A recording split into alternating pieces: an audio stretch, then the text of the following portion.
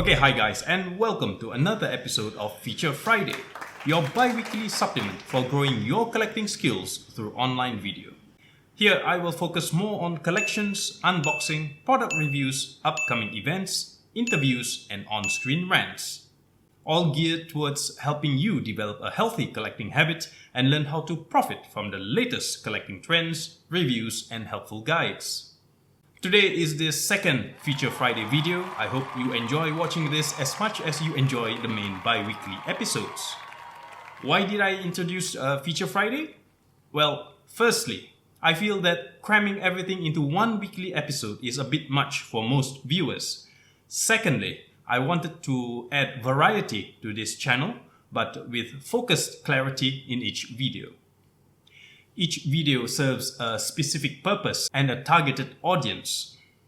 Creating videos for YouTube may be as easy as pressing the record button on the camera for some. However, for this channel, each video produced have been carefully thought out, researched, and planned. On today's feature, I am going to share with you my latest Craze acquisition in 2021. This is my first Craze edit for this year. To a collector like me, collecting is always ongoing. It will never end. However, it does slow down. When your collection size has grown substantially and you have seen one example too many, the next one that comes your way may no longer surprise you. It will neither be appealing nor alluring enough for you to add it into your collection.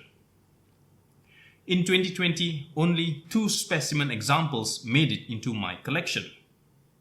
So, for something to appeal to me these days, it must have a high score in the 4 Ps. There is product, price, place, and promotion. Okay, I am starting to ramble away again. My apologies for that. If we are meeting for the first time, my name is Khairi Johari, better known as Pak Jofe, the Craze Collector from Singapore. Now, without further ado, let's get on with today's feature video. This package arrived from the Netherlands recently. Take note of that GST payable stamp on the box. In Singapore, as of the time of this recording, any items imported whose value is 400 Singapore dollars or more will be subjected to GST. That stands for Goods and Services Tax. Please do not think of under-declaring the value of the goods imported. Not only will you be committing an offense, but it will also have very serious implications to you and may affect the rest of the collecting community here in Singapore. So be a character of integrity and honesty.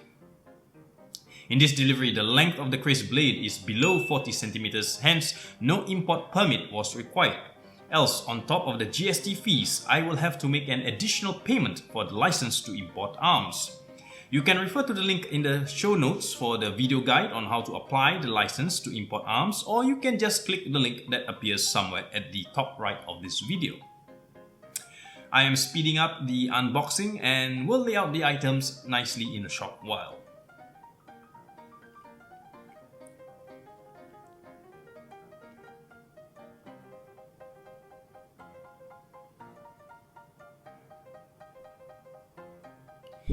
This was what was delivered.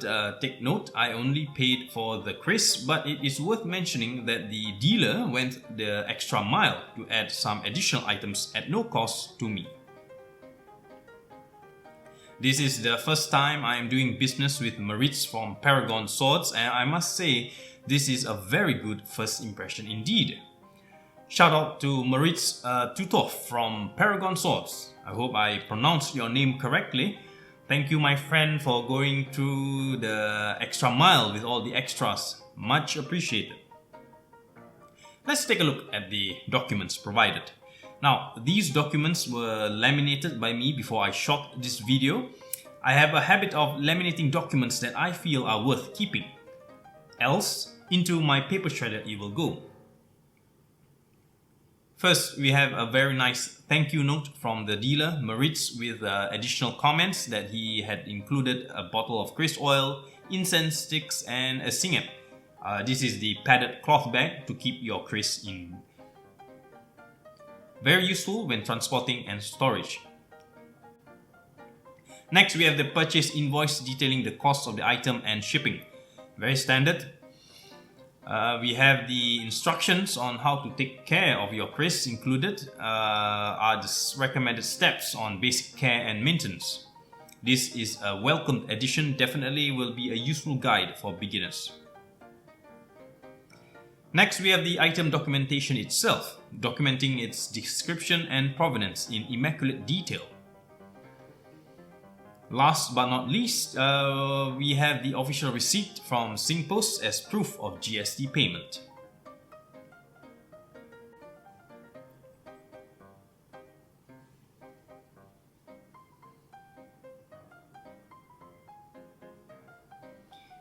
Okay, that's done. Now let's take a look at the items. Kris oil, nicely packed and secured with a Palmer's tape to prevent spillage during transport. It has a very nice pleasant smell to it, very aromatic, not too strong and not too soft either. Has a mid-range palate to it. Next, the incense sticks. Here locally we call these tangi. Very nice smell too. Just like the oil, the aroma complements each other, not overpowering yet very subtle.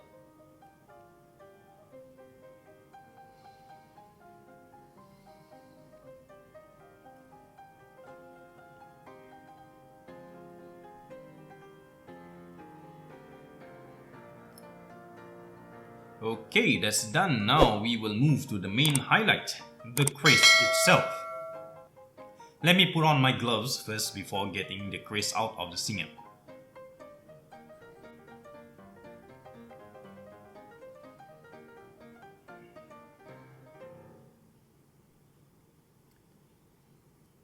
Beautiful, look at that.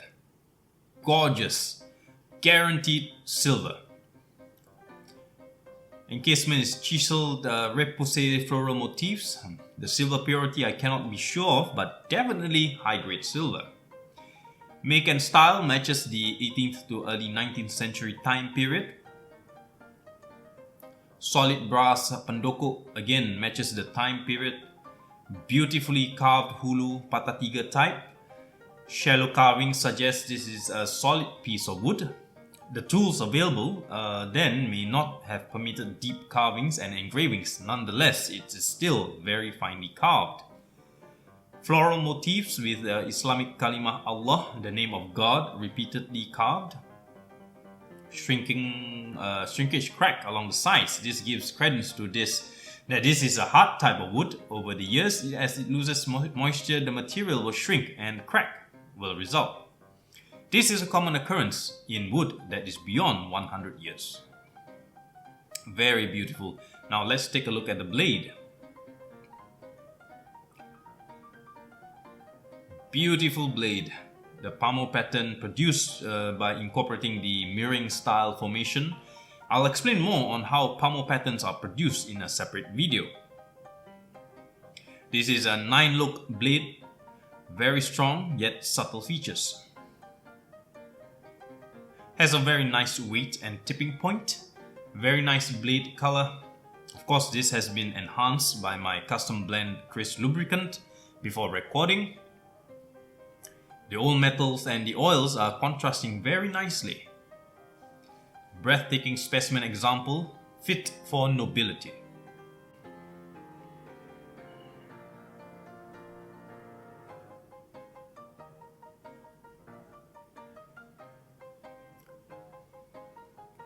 To conclude, this is definitely money well spent.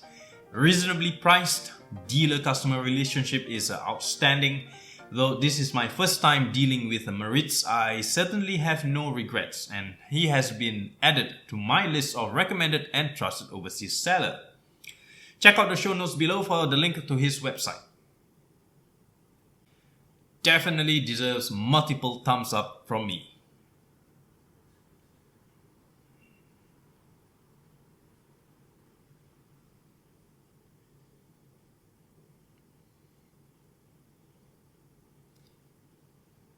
We have come to the end of today's Feature Friday. Thank you all for watching till the end.